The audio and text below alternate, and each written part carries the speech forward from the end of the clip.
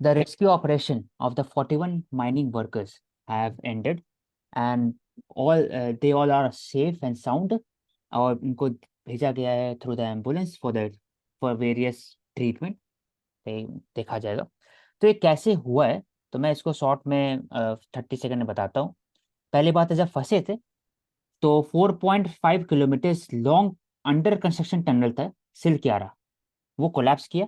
Silkyara road है, tunnel है उत्तरकाशी में, और डेब्रिस आ गए। तो उसके बाद फिर रेस्क्यू ऑपरेशन स्टार्ट हुआ, तो पता चला कि लोग फंसे हुए हैं, कैसे किया जाए, पूरा बंद था।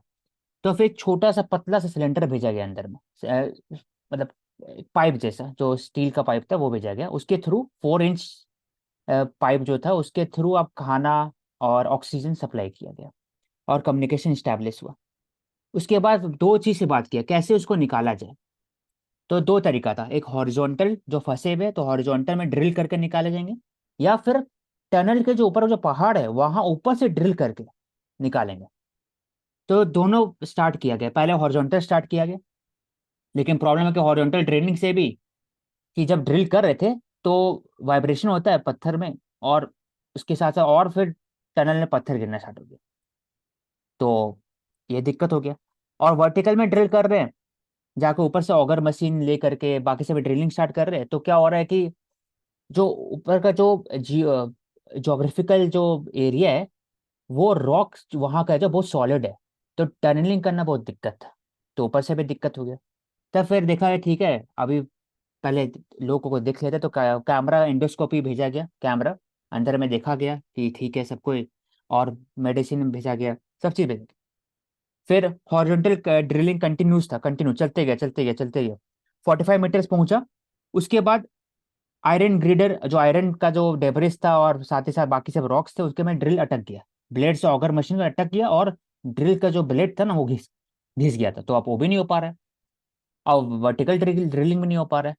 उसके बाद फिर बुलाया गया रायट हॉल माइनर को, जो जो एक बड़ा सा जो पाइप था उसके अंदर में घुस करके और मैनुअली वो खोदते थे, ड्रिल करते थे। सिर्फ 10 मीटर बचा हुआ था, क्योंकि ऑलरेडी वो कर चुके थे 45 मीटर के आसपास ऑगर मशीन से, फिर घिस चुका था मशीन। 10 मीटर जो बचा हुआ था उसमें आप खोदते थे और फिर हटाते थे, ऐसे करके लगातार 28 वर्कर्स लाइट होल माइनर थे, बुलाया गया था उनको बाहर से, यूपी और कहीं के थे, पता है देखना होगा। वो फिर धीरे धीरे करके हटाए, एक एक डेब्रिस को हटाए, और फिर लास्ट में फिर आज रेस्क्यू हुआ। ओवरऑल सिल में प्रवेश, ये दो तरह से करने जा रहे थे, वर्टिकल और हॉरिजॉन्टल, दोनों फेल हो गया। हॉरिजॉन्टल एक समय तक रुक गया, उसके बाद फिर रैट होल माइनर को पीछा गया, ये हुआ था। अब ये जो पूरा सिस्टम जो हुआ है अभी तक में, तो इससे हम लोग सीख यही हुआ है कि एक ऑल्टरनेटिव टनल होना चाहिए, और पहले से डिजास्टर रिलीफ एक स्टैक होना चाहिए, जिसमें ऑलरेडी ये जो प्रैक्टिसेस है इसको अपडेट किया जाए, और ताकि बाद में भी ऐसा कुछ होता है तो उसको जल्दी से जल्दी कोऑर्डिनेट करके काम किया जाए। और तीसरा वो हो जाए कि इंडिया इंटरनेशनल माइनिंग स्पेशलिस्ट जो ऑस्ट्रेलिया से बुलाया गया है, तो वो जो international mining tunnel specialist association ऐसी कुछ है, उसमें इंडिया का सहयोग होना चाहिए, पार्ट होना चाहिए, और उससे भी एक्सपर्टीज और टेक्नोलॉजी इक्विपमेंट पहले से इंडिया के पास होना चाहिए, ताकि ऐसे दिक्कत नहीं। और कुछ बोलना है किसी को तो बोलो, मैं आगे बढ़ूंगा। नहीं, करो कंटिन्यू होते। ठीक है। तो इसमें कौन कौन सी गवर्नमेंट एजेंसीज थी, तो बात करते हैं, तो लोकल तो डीएम रहेंगे, एसपी रहेंगे वहाँ पर, ambulance, mental health, doctors etcetera. उसके साथ साथ एनडीएमए में एनडीआरएफ, और Indian air force, NDRF, border road organisation, सब कोई स्टेट एजेंसी सबको यहाँ प्रेजेंट है। State disaster response force, national disaster response force, BRO, ये सब थे। तो एक इम्पोर्टेंट रैट होल माइनर यही है, इन लोग जो हाथ से माइनिंग किए इन लास्ट में, rat hole mining technique. Rat hole mining क्यों बोलते हैं, कि रैट जैसा माइन करता है ना, एक उठा करके ले जाता है, छोटा छोटा है, तो एक बार में सिर्फ 2-3 किलो ही निकाल पा रहे थे रॉक को, तो कितने लोग घुसे होंगे, कितने लोग निकाले होंगे, आप भी सोचोगे।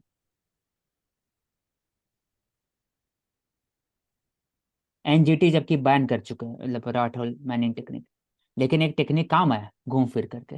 Indian technique. This shows the example of using, मतलब अगर मैं हिंदी में बोलूँ तो बेसिकली जो हमारा पुलिस विभाग है वो भी इसी तरीके से करता है कि अगर किसी हीनियस क्राइम के जो सस्पेक्ट है उसको पकड़ना होता है, तो बेसिकली पुलिस भी एविडेंस और जो हेल्प ले वो एक हीनियस क्राइम से लेती है जो जेल के अंदर बैठा होता है। तो इसी तरीके से यहाँ पर भी हुआ है कि जो चीज बैन कर दी गई है उसी की सहायता से जो मीनिंग है और जो इवैक्यूएशन है वो हुआ है। इसलिए इम्पोर्टेंट है कि हर एक का एक एक्सपर्टीज होना चाहिए, एक लिस्ट होना चाहिए, और डिटेल स्टैक होना। स्टैक तो बहुत इम्पोर्टेंट है, ये तो समझ में आया। कौन से कम्युनिटी इन्वॉल्व है मणिपुर क्लास में? कुकी और मीती।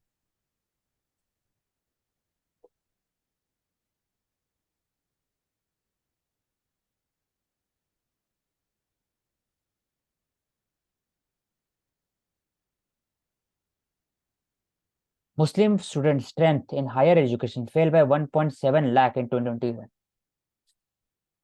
ये क्या दिखाता है?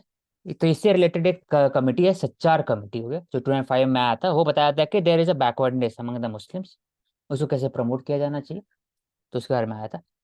तो ये देखते हैं कि मुस्लिम स्टूडेंट का जो है 11-12 स्टैंडर्ड में it is lower than the previous classes, और फीमेल का पार्टिसिपेशन रेट ज़्यादा है एज कम्पेयर टू मेल, लेकिन उनका ड्रॉप हुआ है 1920 के बाद से, कोविड के बाद से ड्रॉप हुआ है। तो ये हो सकता है पोस्ट कोविड क्राइसिस कारण हो, और extra out of pocket expenditure हुआ होगा हेल्थ में या बाकी सब में, उसके कारण भी हो सकता है। तो all India survey of higher education, AISHE जो कहता है, वो उनका एक रिपोर्ट है। तो मुस्लिम पार्टिसिपेशन बढ़ाने के लिए क्या करना चाहिए, करुणा?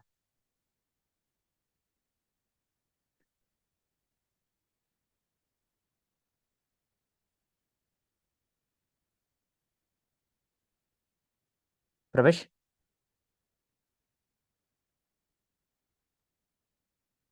पहला तो ये कि जो मुस्लिम स्पेसिफिक स्कीम्स हैं स्कूल्स के अंदर वो उनका इम्प्लीमेंटेशन जैसे अच्छे से होना चाहिए।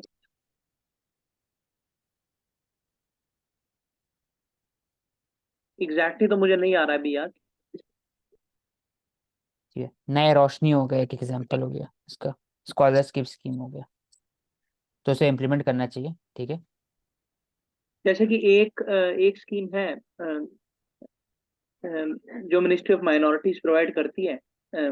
इसका नाम है SPQEM, scheme for providing quality education in madrasa. तो इसके अंदर जो मॉडर्न एजुकेशन होती है मदरसों के अंदर वो भी दी जाती है, ताकि जो बच्चे हैं उस एजुकेशन लेने के बाद वो जो फॉर्मल इंस्टीट्यूशन होते हैं स्कूल या कॉलेज उनमें अपना एडमिशन लें। हम्म। उसके बाद मुस्लिम एजुकेशन ट्रस्ट होते हैं जो कि एजुकेशनल एनजीओज होते हैं, जैसे कि जामिया मिलिया आपने नाम सुना होगा, बड़ा फेमस है। तो इस तरीके जो ट्रस्ट हैं उनका रेगुलेशन और उनकी जो एजुकेशन पीडागोगी है, सरकार को उनसे कोलैबोरेट करके वो इंश्योर करना चाहिए कि वो इंक्लूसिव हो, और वो जो main stream section of society है उसके अंदर उनको इंटीग्रेट करने की तरफ बढ़ाए। ठीक। तो ये मैं दो बताऊं कि इसमें स्टेप्स। वक्फ बोर्ड का भी रोल हो सकता है, कि वक्फ बोर्ड के पास प्रॉपर्टी इतना है, तो वो वहां पर उनका एक मैंडेटरी CSR वो सब भी करना चाहिए उनका, एक तरह से कॉर्पोरेट नहीं है लेकिन तब भी उनको ऐसा कुछ मैंडेटरी करना चाहिए कि वो स्कूल खोले, और उनको कितना प्रोवाइड करते हैं उसका ये जोड़ सकते हैं एक तरह से वो। बाकी तो सच्चर कमेटी का इम्प्लीमेंटेशन और PM15 पॉइंट है उनका इम्प्लीमेंटेशन चाहिए, ठीक हाँ, है। और आंचल। एक पीएम जन विकास कार्यक्रम भी है कौशिक। ठीक तो है। जो इसमें जो स्किल डेवलपमेंट है वो भी जो रिलीजियस माइनॉरिटीज है उनके लिए की जाती है, नॉट स्पेसिफिकली मुस्लिम कम्युनिटी, जितनी भी रिलीजियस माइनॉरिटीज है। यस। तो इसमें एक और है कि आंगनवाड़ी, ठीक है, नेक्स्ट आर्टिकल है, आंगनवाड़ी ऐसे है क्या? आंचल, हमेशा नाम सुनता है आंगनवाड़ी का, anganwadi worker. It its purpose is to मतलब हेल्प चिल्ड्रन हो गया, डिसेबल हो गया, या फिर फीमेल्स को मतलब जिस तरीके से हेल्थ के रिगार्डिंग अवेयर करना, मेन पर्पज इसका ये है। तो वुमेन एंड चाइल्ड डेवलपमेंट पे फोकस करती है मेनली। हाँ, ये ये स्टैट्यूटरी बॉडी है कि एग्जीक्यूटिव बॉडी है? स्टैट्यूटरी। स्टैट्यूटरी नहीं है, ये स्पॉन्सर्ड स्कीम के अंदर में है आंगनबाड़ी। और ये integrated child development service ICDS बात करते हैं कि माल न्यूट्रिशन कम होना चाहिए चिल्ड्रन के अंदर में, मैटरनल मोर्टेलिटी रेट कम होना चाहिए, MMR रेट्स, फिर इन्फेंट मोर्टेलिटी IMR रेट कम होना चाहिए, फूड सिक्योरिटी को बढ़ावा देना चाहिए, बच्चे लोगों को राइट टू एजुकेशन को पालन करना चाहिए, पोषण अभियान का बात होता है, सब चीज एक तरह से बात होता है आंगनबाड़ी के हिसाब से। तो वो पढ़ाती भी है, उनको वो पैसा भी चीजें मिलता मैं है सरकार की तरफ से, और कुछ पर बच्चा मिलता है पैसा, और वो कुक्ड फूड भी खिलाती है, पढ़ाती भी है। तो ऐसे एक आंगनबाड़ी केंद्र है एक सामने में। तो हर एक जगह में हो सकता है, कोई भी आंगनबाड़ी बन सकता है। बोलो प्रवेश। तो दो चीजें इसमें मैं बोलता हूँ। तो ये जो आंगनवाड़ी होती हैं, ये basically pre school care centres होते हैं जो वुमेन लेड होते हैं। तो वुमेन एम्पावरमेंट भी होता है, दूसरा बच्चों का mail nutrition, child wasting, child stunting, death ratio उन सब में कम होता है। इसके साथ साथ जो आपने बोला उसी के साथ एक एडिशनल पॉइंट है, इम्यूनाइजेशन जो होता है वो बच्चों का होता है। यहाँ पर पोलियो दवाई जैसे पिलाई जाती है, उसके बाद जो अलग अलग वायरस और बैक्टीरियल इन्फेक्शन से दूर करने की दवाइयाँ होती हैं वो भी यहाँ दी जाती हैं। और अ, जो यहाँ पर खाना होता है उसमें उसके साथ साथ आपको मेडिसिन भी दी जाती है, जैसे कि एनीमिया फ्री, और आपके टेस्ट भी होते हैं।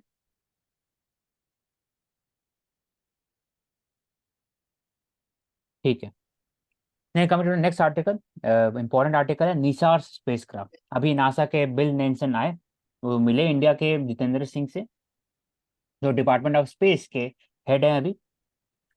वो PMO के अंडर में आता है, department of space, department of nuclear भी आता है PMO के अंदर में। तो निसार है क्या, joint collaboration between NASA and ISRO, synthetic aperture radar. ये हेल्प करेगा ऑब्जर्वेशन में इन द डीपर स्पेस, और यूनिवर्स को ऑब्जर्व करने में हेल्प करेगा। नहीं, ये निसार दूसरा ही है निसार, ये अर्थ ऑब्जर्वेशन है। हाँ, तो ये निसार जो है अर्थ ऑब्जर्वेशन सैटेलाइट है, वो हेल्प करेगा इंडिया को। जो भी टोपोग्राफिक मैप है, जैसे हमने बात करते थे ना, होलोग्रामिक और टोपोग्राफी, 3D टोपोग्राफी में उसको पॉइंट आउट करेगा, और क्लाइमेट चेंज जो भी हो रहा है इंडिया में, या फिर लैंड डिग्रेडेशन हो रहा है, लैंड यूज कैसे हो रहा है, उस पर एक तरह से रिजल्ट करेगा। तो डिजास्टर मैनेजमेंट में काम आ सकते हैं, पब्लिक पॉलिसी में काम आ सकते हैं। तो ये सब निसार इंपॉर्टेंट है, सिंथेटिक एपर्चर रडार। तो अर्मेटिस अकॉर्ड क्या है ये भी इंपॉर्टेंट है। अर्मेटिस अकॉर्ड जो एक नॉन बाइंडिंग है, जो बात करते हैं कि सिविलियन स्पेस एक्सप्लोरेशन होना चाहिए। और अर्मेटिस अकॉर्ड के अंदर में कितने कंट्रीज आते हैं प्रवेश?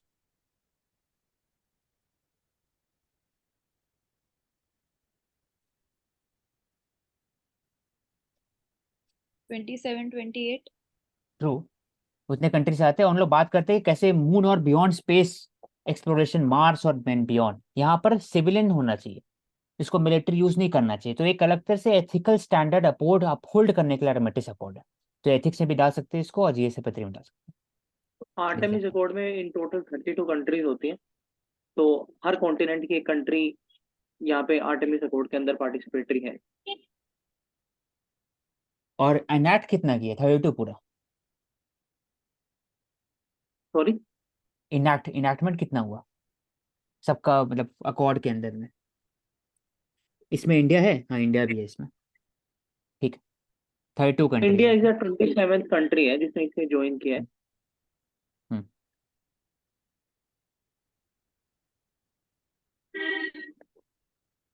और जो इंडिया आर्टेमिस को अकॉर्ड के अंदर जब आया है, तो इंडिया इस नासो मतलब जो इंडियन एजेंसी है, स्पेस एजेंसी इसरो, वो नासा के साथ आर्टेमिस अकॉर्ड को इफेक्टिवली इम्प्लीमेंट करेगी। ठीक है। नेक्स्ट आर्टिकल लिखा हुआ है नाटो। तो नाटो है क्या प्रवेश, बता दो ये एक बार। तो NATO is basically an organisation led by the western countries. तो इसकी फुल फॉर्म है North Atlantic Treaty Organization. It is an inter governmental military alliance. तो एक मिलिट्री मिलिट्री अलायंस अलायंस। है जो कि हाँ, जो कि support at the time of cold war बनाया गया था। इसके अंदर अभी फिलहाल में 29 तो यूरोपियन कंट्रीज हैं और नॉर्थ अमेरिका और अमेरिका है। तो बेसिकली जो इसके फाउंडर्स हैं वो थे यूएस, यूके, फ्रांस, इटली। और 1949 इसकी एग्जैक्ट ईयर है जब ये बनाया गया था। इसका हेडक्वार्टर है बेल्जियम में, ब्रुसेल्स। और the main country which who founded it that was US.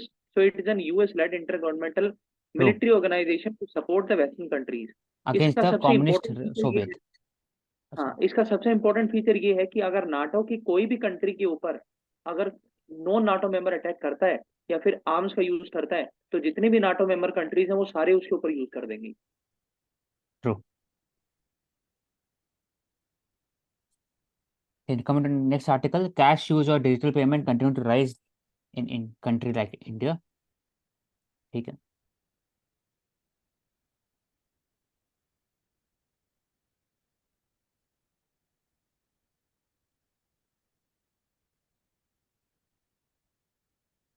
इसमें इन्वायरमेंटल वॉर कैसे है? तो हम लोग जो एथिक्स इन वॉर का बात करते हैं तो हमेशा हम लोग ह्यूमन एलिमेंट देखते हैं, तो इन्वायरमेंटल है क्या?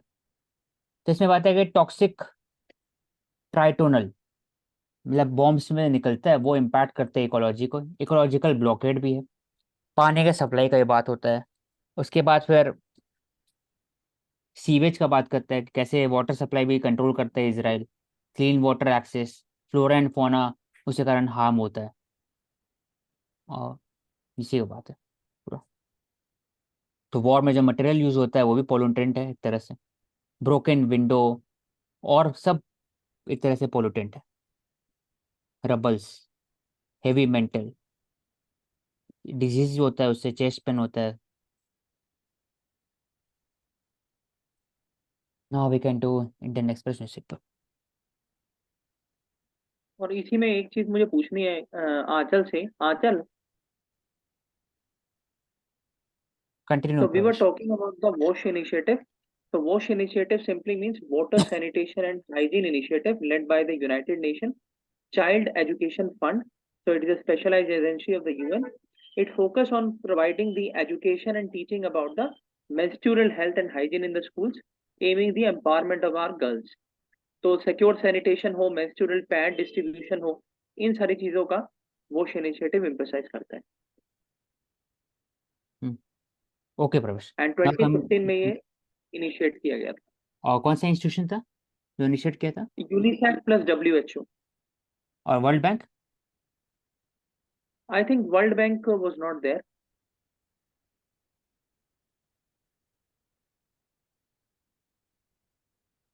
वर्ल्ड बैंक है भाई इसमें, याद किए थे इसको। वर्ल्ड बैंक भी है। ठीक, तो तो ट्राइपेड एजेंसी के द्वारा है ये। अब है कि इसमें जब हमने बात किया कि कैसे पूरा डिटेल में मैंने बताया कि कैसे हुआ है इनका रेस्क्यू ऑपरेशन, तो क्या क्या कंसर्न हो सकता है? पीटीएसडी, पीटीएसडी क्या होता है करुणा?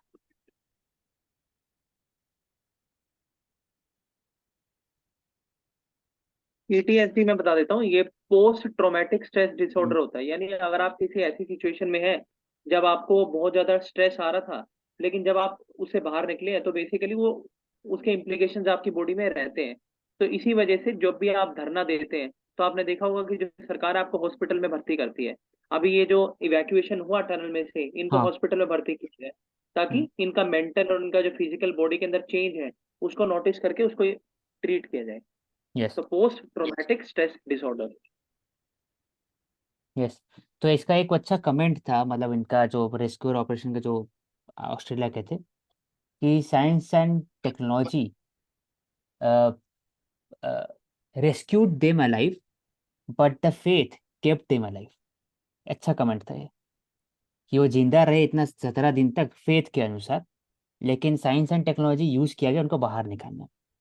तो सबका अपना अपना एक इम्पोर्टेंस होता है सोसाइटी के अंदर में। साइंस का भी इम्पोर्टेंस है, फेथ का भी इम्पोर्टेंस है। ये मोटिवेट करता है लॉन्ग टर्म सस्टेनेंस और स्ट्रेस झेलने में। ये रेस्टलेस थे, हंगरी थे, लेकिन they prayed silently, never lost hope. Hope is very important हर के लिए। प्रवेश। और इसका हम ऐसे में एग्जाम्पल भी लिख सकते हैं कि हाँ। किस तरीके से जो इंडिया है वहां पर धर्म और साइंस दोनों साथ में आपस में चलते हैं, एक दूसरे का हाथ पकड़ के चलते हैं। चाहे हमारे भक्ति सेंट हो गए या फिर सब कोई रामानुजा हो गए। उनसे पूछा गया कि आपको इतना फॉर्मूला कैसे पता, मैथमेटिक्स से फॉर्मूला? तो बोलते हैं मेरी गॉडेस ने मुझे बताया। तो एक इंटरेस्टिंग एग्जाम्पल।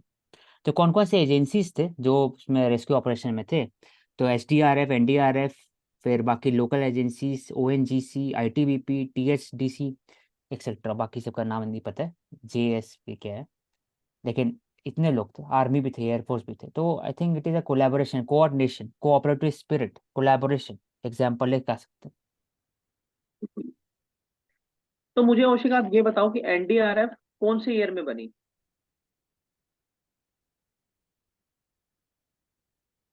बता दो तो ईयर, बता 2006 में बनी। दो। अच्छे। तो करुणा आप मुझे बताओ कि 2006 में एनडीआरएफ क्यों बनी?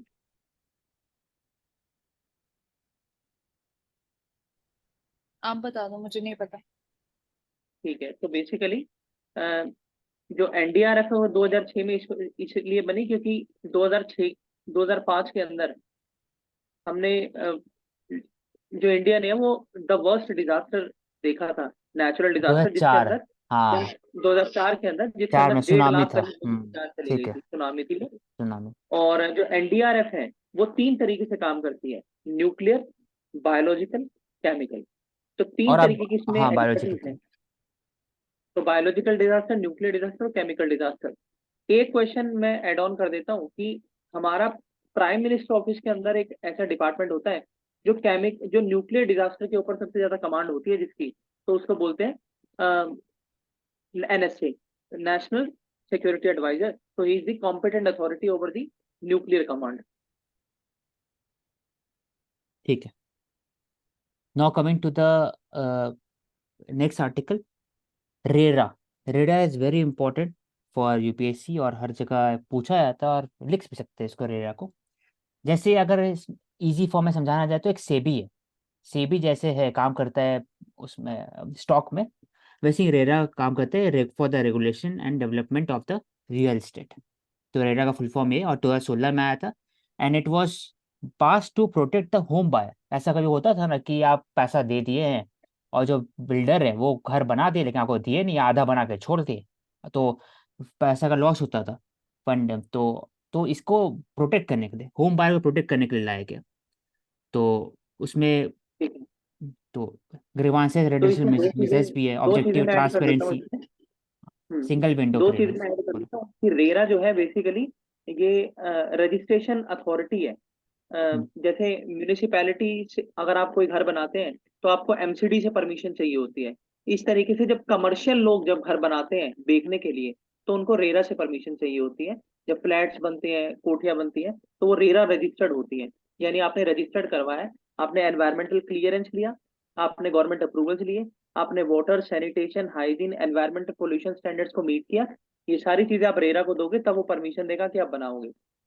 उसकी एक परमानेंट फीस होती है जो आपको पे करनी पड़ती है। और सबसे इंपॉर्टेंट क्या है, ये सिटीजन सेंट्रिक कैसे है रेरा, कि 1 या 2 साल तक अगर आपने आपकी जो प्रॉपर्टी आपने बनाई और वो किसी कस्टमर को बेची, अगर उसमें हल्का सा भी डैमेज आ रहा है तो आपको यस, उसका एक मेजर परसेंट वापस करना पड़ता है। तो एक रेगुलेटिंग अथॉरिटी भी है, रजिस्ट्रेशन अथॉरिटी भी है, और क्वासी जुडिशियल अथॉरिटी भी है। यस, इट वेरी इंपॉर्टेंट, ये जीएसएफ 2 के लिए भी और एथिक्स के लिए भी। सेकंड, टॉकिंग अबाउट द ये भारत जम्मू संपर्क। एंड कश्मीर में एप्लीकेबल होता है ना? किसमें? जम्मू एंड कश्मीर में अभी एप्लीकेबल होता है ना रेरा? हाँ, सभी होगा। जम्मू कश्मीर तो अब तो होगा। 370 के बाद तो हो ही सकता, सब सब चीज होगा। अब वैसा नहीं, रेरा नहीं। तो अथॉरिटी है ना। हाँ चल, ऐसा नहीं है कि मतलब अथॉरिटी, वो कानून आ गया, वो कानून है 2016 का, तो सबके लिए है वो। ये तो अथॉरिटी है, ये सेंट्रल लेवल दिल्ली में है, तो यहाँ लेकिन पहले परमिशन के लिए एप्लीकेशन सबको। नहीं था ना प्रवेश, पहले 370 के पहले उसके हाँ, लिए पहले नहीं स्पेसिफिक था पास लेकिन करना पड़ता था। अब सबके लिए जो भी 670 हटा, जो चीज मेरे यहाँ है, जो झारखंड में है, जो चीज दिल्ली में है, जो जम्मू कश्मीर, सेम। अब आते हैं भारत संकल्प यात्रा में। तो उन्होंने कहा, lieutenant governor VK Saxena ji ने कहा कि आप पब्लिक सर्विस में डेडिकेट करिए, और जो भी स्कीम है, पीएम आवास योजना, गरीब कल्याण अन्न योजना, उसको आप अवेयर करिए लोगों तक, और वनरेबल सेक्शन सोसाइटी तक पहुंचाइए ये स्कीम को। तभी जा करके ओवरऑल इक्विटी जस्टिस पहुंच सकेगा as a grass root level. तो इसी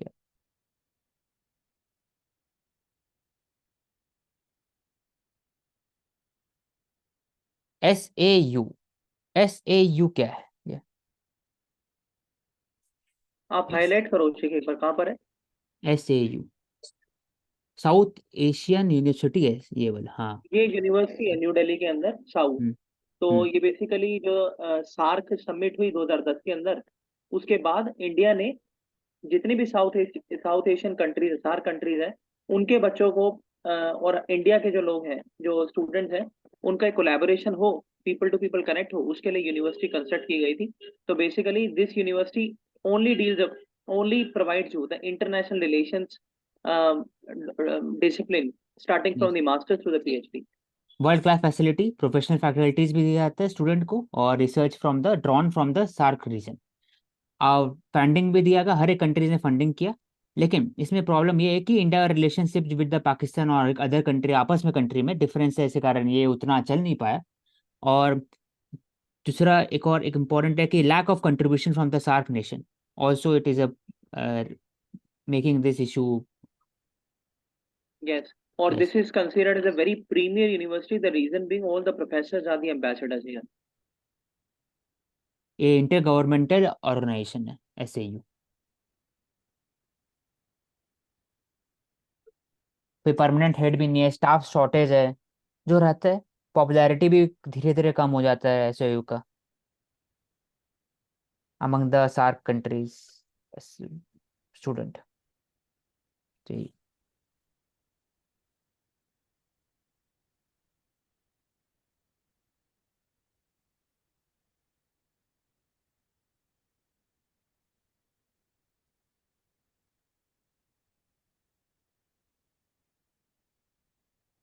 LET, लश्कर ए तैयबा, पाकिस्तान बेस्ड जैसे मोहम्मद JEM, जैसा वर्ड पता होना चाहिए GS3 सिक्योरिटी के लिए। तो लश्कर ए तैयबा जैसे मोहम्मद में फ़र्क यही है कि जैसे मोहम्मद वो बात करता है सिर्फ और सिर्फ कश्मीर के बारे में, और इंडियन सेंट्रिक है बेसिक। लश्कर ए तैयबा इंटरनेशनलाइज किया गया अपने आप को, आउटफिट।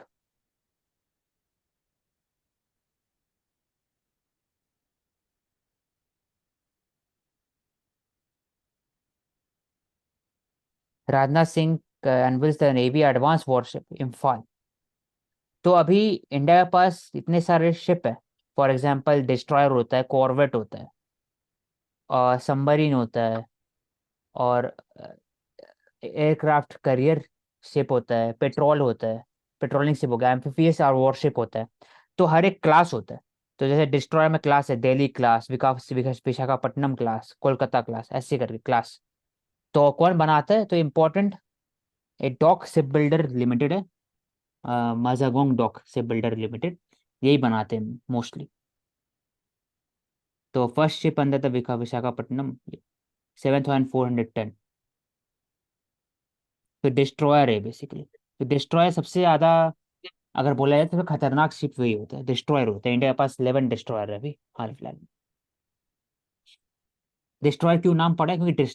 क्योंकि पास सब स्कोप होता है, कैसे भी वो लड़ाई लड़ सकते हैं एज कम्पेयर टू बाकी ship.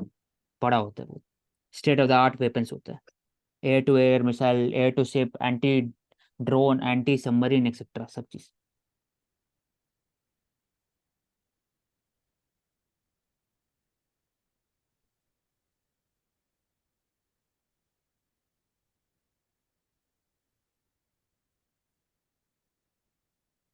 NASA to train Indian astronaut for ISS mission, international space satellite, international space station mission के लिए ट्रेन किया जाएगा।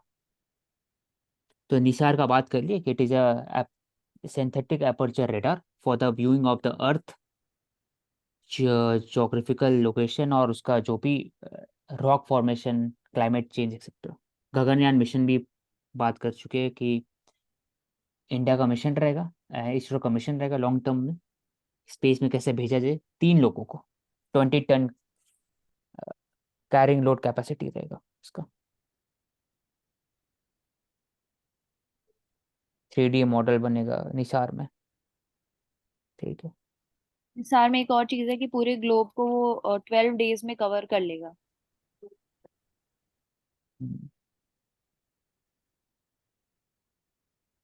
Locals purify UP temple after Muslim MLA visit. तो ये मतलब देखा जाए तो थोड़ा गलत बात है कि कभी भी आप ऐसे प्रैक्टिस नहीं कर सकते। प्रवेश, आपका क्या कहना है इसमें? ये प्रैक्टिस तो अब इन लोगों ने कर दी, तो हम तो बोल ही सकते हैं कि नहीं होनी चाहिए। लेकिन दूसरा ये है कि, और दूसरी सबसे बड़ी बात है ना कि इस तरीके से आप इनको कुछ बोल भी नहीं सकते, क्योंकि ना तो पुलिस के पास ऐसे प्रावधान है कि आप इनको ये बोलोगे कि आपने ऐसा क्यों किया, हाँ, क्यों मतलब किया? हमने क्योंकि मंदिर किया। टेक्निकली ये उनके हाथ है, वो कर भी सकते हैं, नहीं भी कर सकते। प्यूरिफाई कर सकते हैं, हाँ बोलेंगे कि मैं पूजा कर रहा था सर। हाँ, वो बोलेंगे कि हमने मंदिर हाँ, धोया है। हाँ, मंदिर तो है। लेकिन वही बात है कि इट इज अनएथिकल। हाँ मतलब इंडिविजुअल लेवल पे ऐसा नहीं करना चाहिए। ये जो रिलीजन है उसके बीच में गल्फ ज्यादा क्रिएट करते हैं।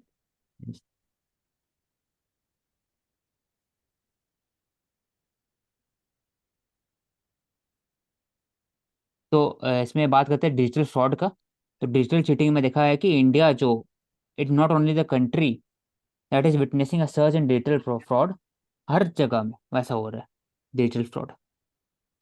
तो वही अवेयरनेस का, लैक ऑफ अवेयरनेस का इशू है। कस्टमर अवेयरनेस बढ़ाना चाहिए, एजुकेटिंग देम अबाउट द ये digital fraud. IT infrastructure, CDAC और सर्टीन के साथ मिल करके, या नाविक, नाविक नहीं, एनआईसी के साथ मिल करके एक प्रोटोकॉल बनाना चाहिए। उनका भी जो भी गाइडलाइन है एनपी उसको फॉलो करना चाहिए। हाँ, इसमें एनपीसीआई की भी बात कर सकते हैं कि किस एनपीसीआई। तरीके से जब ये यूपीआई बना रही है, तो यूपीआई के अंदर जो इस तरीके का मैकेनिज्म भी इंक्लूड हो, ताकि जो डिजिटल फ्रॉड्स हैं और डिजिटल ट्रांजैक्शंस के अंदर जो फ्लक्चुएशन मतलब जो प्रॉब्लम्स आती हैं वो ना हो।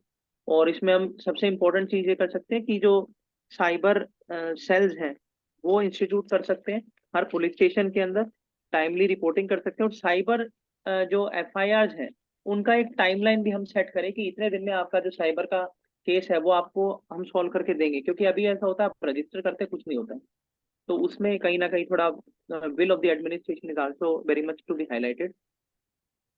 यस। और यहाँ लिखा हुआ है क्या क्या कंसर्न है: phishing, malware, fake identity fraud, और SIM cloning to cheat the individual. ये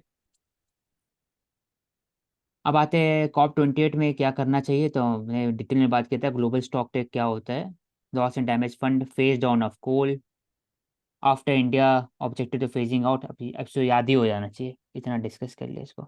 कंसेंसस बेस्ड डिसीजन मेकिंग, सबको कंसेंसस बेस्ड किया जाएगा, मतलब सबका सहमति होना चाहिए बेसिकली इसके ऊपर।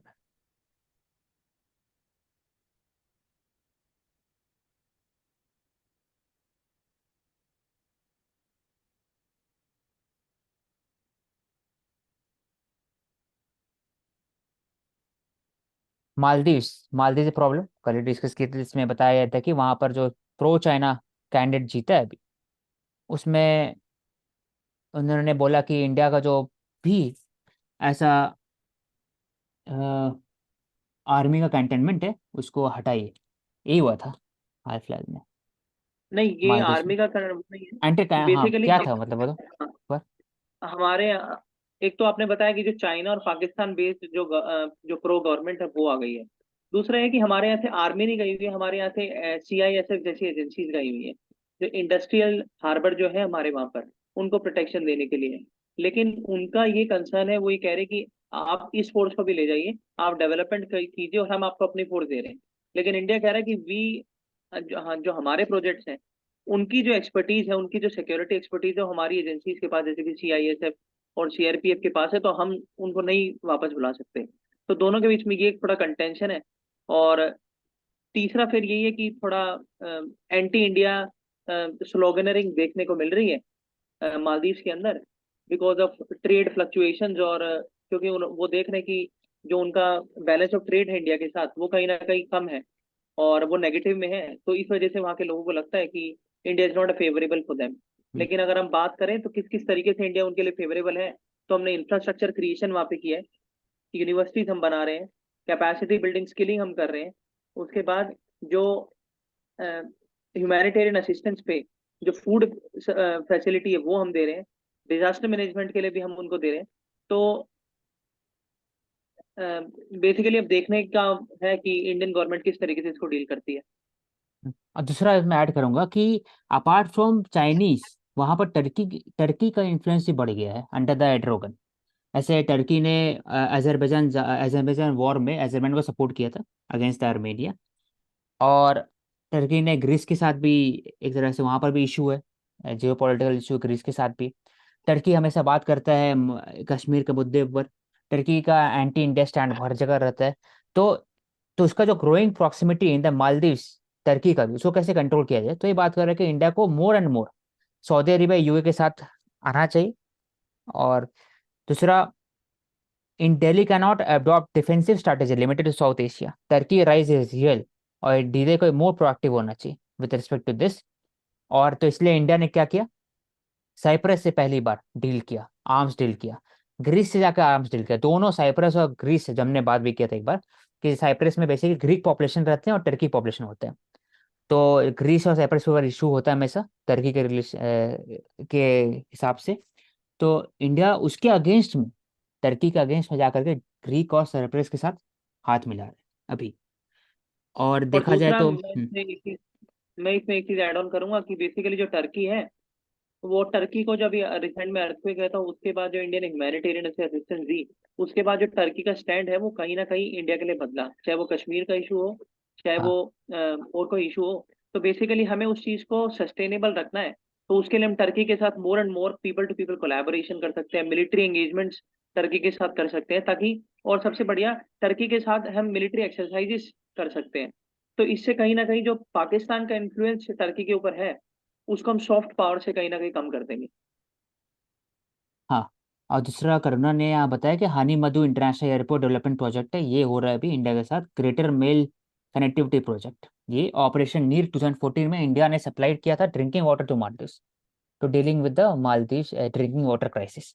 तो इंडिया को ये सॉफ्ट अप्रोच तो ही, लेकिन हार्ड अप्रोच भी थोड़ा अपनाना चाहिए, तभी जाकर के स्ट्रैटेजिक ऑटोनॉमी मेंटेन कर सकते हैं।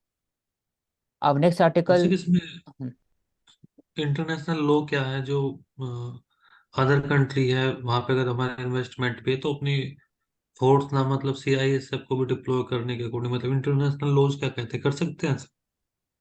हाँ, अपने जो एम्बेसी को भी आप पूरा वो सुरक्षा प्रदान करने सचिन, के लिए कर सकते हैं। जब दोनों कंट्रीज के जो डिप्लोमेट होते हैं ना, तो वो साइन करते हैं एमओयू, मेमोरेंडम ऑफ अंडरस्टैंडिंग।